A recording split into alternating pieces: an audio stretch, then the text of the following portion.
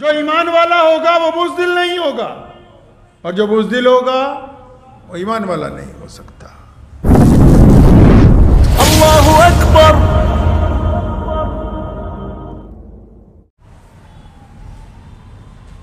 اب خدا کو بندہ کون سا پسند ہے؟ خدا کو بندہ وہ پسند ہے جو اللہ تعالیٰ کی مخلوق کے ساتھ، کس کے ساتھ؟ اللہ تعالیٰ کی مخلوق کے ساتھ محبت کرتا ہو۔ جس کو اللہ تعالیٰ کی مخلوق نہیں پسند، جو اللہ تبارک و تعالیٰ کی مخلوق کے ساتھ بھید بھاؤ کرتا ہے، اللہ تعالیٰ کی مخلوق کے ساتھ ظلم کرتا ہے، اللہ تعالیٰ کی مخلوق کے ساتھ ظلم کرتا ہے، زیادتی کرتا ہے، ان کا حق مارتا ہے، اور اتنا کچھ کرنے کے بعد پھر یہ سمجھتا کہ میں بڑا مذہبی آدمی ہوں، میں بڑا دھرمی بندہ بن گیا ہوں، اور میں تو خدا کے راستے میں خرچ کرتا ہوں، خیرات کر رہا ہوں، تو جب تک وہ مخلوق کے ساتھ اپنا ظلم بند نہیں کرے گا تب تک وہ خدا کا محبوب بندہ نہیں بن سکتا ہے۔ سبکتگین ایک بندے کا نام ہے، آج سے کئی 100 سال پہلے پیدا ہوا، کسی بہت بڑے بادشاہ کے دربار میں جرنیل تھا، شکار کھیلنے گیا، تو اس دور میں شکار کے اوپر ہی روزگار ہوتا تھا، مطلب ایک آدھا بڑا جانور مار لیا، وہ لوگ کھاتے رہتے تھے، ہفتے بعد پھر دوسرا تلاش کر لیا۔ تو وہ کہتے میں شکار کھیلنے کے لیے گیا تو اس دن کوئی جانور ہی نہیں ملا، تو واپس آنے لگا تو ایک چھوٹا سا ہرنی کا بچہ مل گیا، تو تیر تو نہیں مارا کیونکہ بچہ تھا، ویسی پکڑ میں آ گیا، پکڑ کے گھوڑے پہ رکھا، لے کے واپس چل پڑے۔ اور فرماتے ہیں کہ جب میں اپنے قصبے میں، اپنے شہر میں داخل ہو رہا تھا تو ایک جگہ رکا نماز کے لیے، وضو کے لیے، اپنا گھوڑا جب میں نے روکا تو جب اس سے اترا تو اس بچے کو باندھ دیا ایک جگہ، تو میں نے کیا دیکھا کہ اس بچے کی ماں جو ہے ہرنی، وہ بھی پیچھے پیچھے دوڑتی دوڑتی وہاں تک آ گئی۔ اب دو طرح کے لوگ ہوتے ہیں نا، اکثر شکاری جو ہوتے ہیں وہ کہتے ہیں کہ جب یہ آ گیا تو اس کے پیچھے پیچھے اس کی ماں آ گئی، مطلب بڑا شکار بھی ساتھ میں ہی مل گیا ہے۔ چور چوری کرنے جاتا ہے، اس کا ارادہ ہوتا ہے اس گھر میں تھوڑے پیسے، جب زیادہ دیکھتا سوچتا بڑا ہاتھ لگ گیا آج۔ تو سبکتگین جو تھے، جب انہوں نے دیکھا کہ اس کی ماں بھی پیچھے پیچھے آ گئی تو ان کے دل میں خیال آیا، 5 وقتہ نمازی تھے، تو خیال آیا دل میں کہ یار دیکھو اس کی ماں پیچھے پیچھے یہاں تک آ گئی ہے، اب یہ تو غیرت کی بات نہیں ہے نا کہ میں اس کی ماں کو بھی پکڑ لوں، یہ تو طریقہ نہیں ہے کوئی سماج کا کہ کوئی بندہ کسی کو چھڑوانے جائے تو اس کو بھی پکڑ لیا جائے،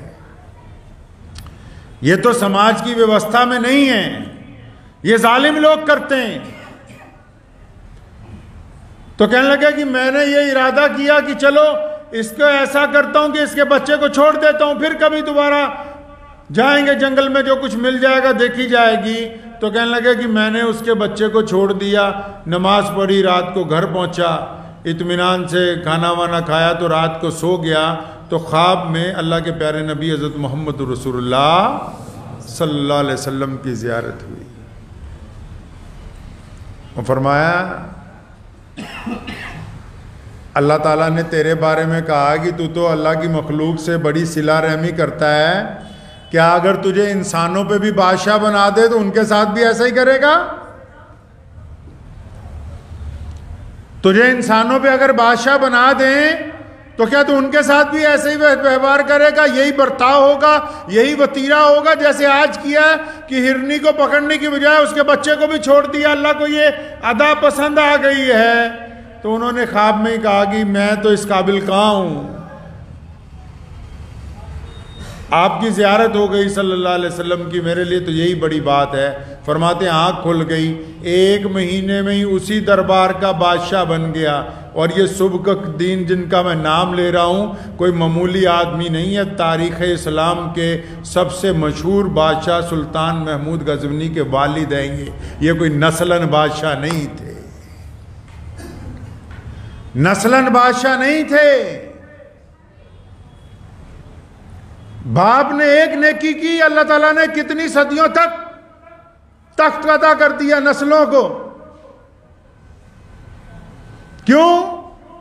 کیونکہ اللہ تبارک و تعالیٰ کی مخلوق کے ساتھ نرمی کی ہے، اللہ تعالیٰ کی مخلوق کے ساتھ صلہ رحمی کی ہے. محمد رسول اللہ صلی اللہ علیہ وسلم نے بارہا صرف انسانوں کے ساتھ نہیں، رسول اللہ صلی اللہ علیہ وسلم نے جانوروں کے ساتھ، یہاں تک صحابہ کو فرمایا کہ جب کسی بستی میں جاؤ کھیتیوں کو نقصان نہ پہنچانا، یعنی پیڑ پودوں کو آگ مت لگانا. لوگوں کا رواج تھا کہ جب کوئی ملک فتح کرتے تھے مکان، کھیتیاں، درخت سب جلا دیتے تھے تاکہ دوسروں پر خوف ڈالا جا سکے. محمد رسول اللہ نے حکم فرمایا کہ ان کو نقصان نہیں پہنچانا، کھیتوں کو نہیں جلانا، لوگوں کے درختوں کو مت نقصان پہنچانا. اس حد تک احترام کا حکم دیا. پانی اللہ کی مخلوق ہے، فرمایا کہ اگر دریا کے کنارے بیٹھ کے بھی وضو کرنے لگو تو بس اتنا پانی استعمال کرنا جتنی ضرورت ہے، باقی پانی کو گندا نہیں کیا جانا چاہیے. یہ بھی تو اللہ تبارک و تعالیٰ کی مخلوق ہے. ہمارے ہاں تو جو زندہ مخلوق ہے جن کو ہم انسان کہتے ہیں، جو ہمارے ساتھ چلتے پھرتے ہیں، ہم ان کی رعایت نہیں کرتے، ان کے ساتھ زیادتی کرنے کی کوشش کرتے ہیں. کوئی مالک سوچتا ہے اپنے مزدور کے جتنے پیسے مار سکتا ہوں مار لو. نوکر سوچتا ہے کہ مالک کی جتنی ٹھگی ماری جا سکتی ہے مارو.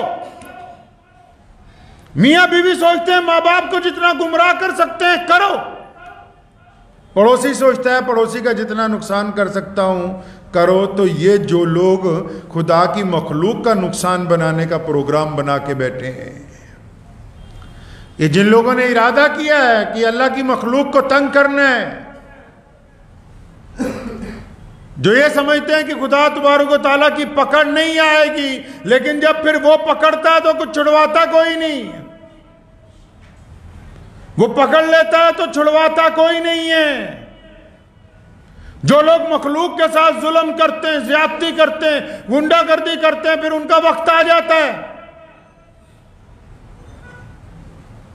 پھر ایسے لوگ ان پہ مسلط ہو جاتے ہیں جو اس کا ایک ایک چیز کا حساب لیتے ہیں، تو پھر پچھتاتے ہیں کہ کاش ہم نے ظلم اور زیادتی نہ کی ہو. ایک واقعہ میں نے اکثر پہلے بھی آپ کو ایک دو مرتبہ سنایا کہ ملا رومی نے حکایتیں میں لکھی. حکایتیں کہتے ہیں جو کہانیاں بنائی جاتی ہیں.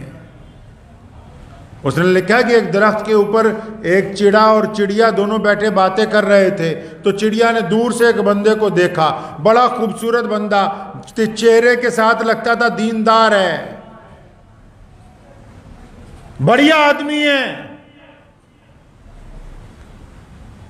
تو چڑیا نے چڑے کو کہا کہ مجھے تو ایسا لگتا ہے کہ وہ بندہ آ رہا ہمیں نقصان نہ پہنچا دے.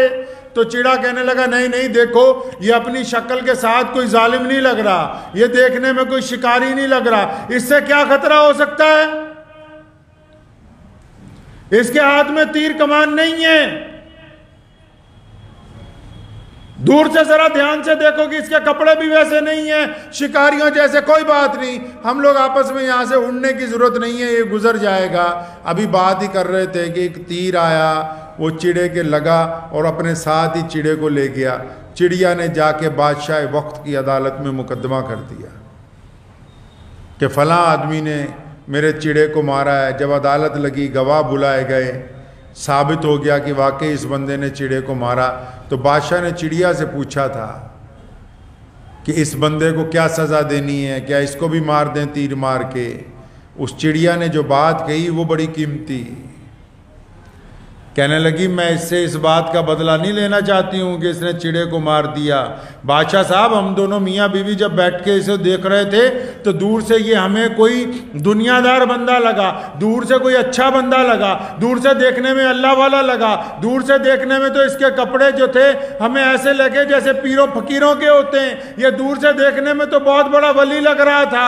لیکن اچانک اس نے اپنی چادر اتاری، چھپا ہوا تیر کمان نکالا اور تیر مار دیا.